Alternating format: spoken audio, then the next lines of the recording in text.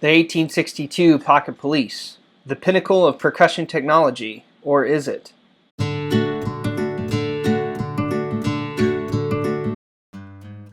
Designed in 1860 and coined by Colt as the new model police pistol of naval caliber. The reason why it was called the new model is because what collectors referred to as the Wellsfargo Model was actually Colt's police pistol. Production ran from circa 1861 to circa 1873, for a total of 20,000 to 30,000 units being made, depending on which source you use. Not a lot of information is out there about this model's production. It was originally thought that these were made alongside the pocket navy. However, due to the fact that some pocket navies were manufactured as conversions, this fact has been called into question. Interesting to note that it was called a pocket model, a police model, and an officer's model, sometimes depending on the barrel length. Less units were produced than the 1849 model. However, this was largely due to the fielding of the weapons coming later in the Civil War, a fire at the Colt factory, a drop in demand on the surplus market, and the end of military contracts. 1862s, particularly with octagonal barrels, referred to as pocket pistols of Navy caliber, and loading gate versions were manufactured as cartridge conversions, while others without gates were converted. This is one of the reasons why the information about the production of the pocket navies and the pocket police revolvers being produced at the same time has been refuted.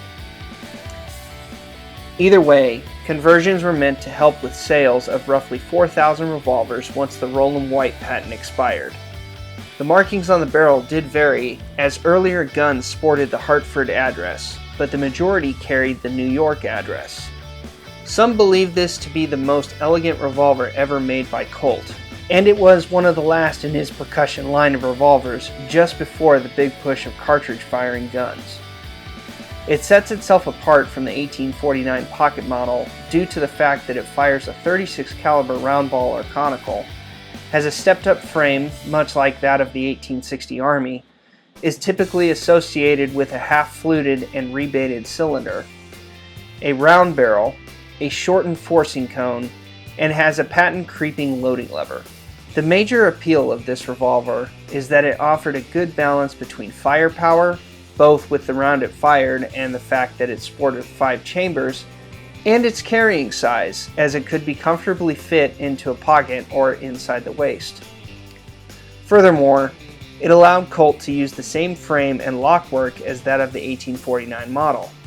Bottom line is this: it was an improvement on the 1849 pocket model and a downsized version of the 1861 Navy. The cost of this gun could range from $11.75 to $12.50 in 1860s currency, depending on which barrel length it came in.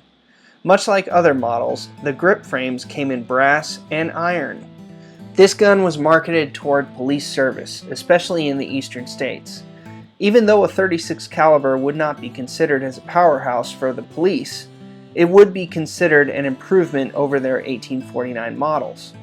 It was also adopted by militaries according to military records and can be seen in photos with soldiers of that era. The US government alone would purchase roughly 14,000 of them along with 100,000 skin cartridges. It wasn't just popular with the military or police though. It was rumored that Bloody Bill Anderson carried them during his time with the Confederacy. You could custom order these revolvers, much like you could custom order much of anything back in that day. The barrel lengths came in 3.5 inches, which was said to be rare, 4.5, 5.5, or 6.5 inches. The 6.5 inch barrel was commonly known as the officer's model. In the cased versions, they came with a powder flask, a cap tin, a screwdriver, a bullet casting mold, along with the instructions.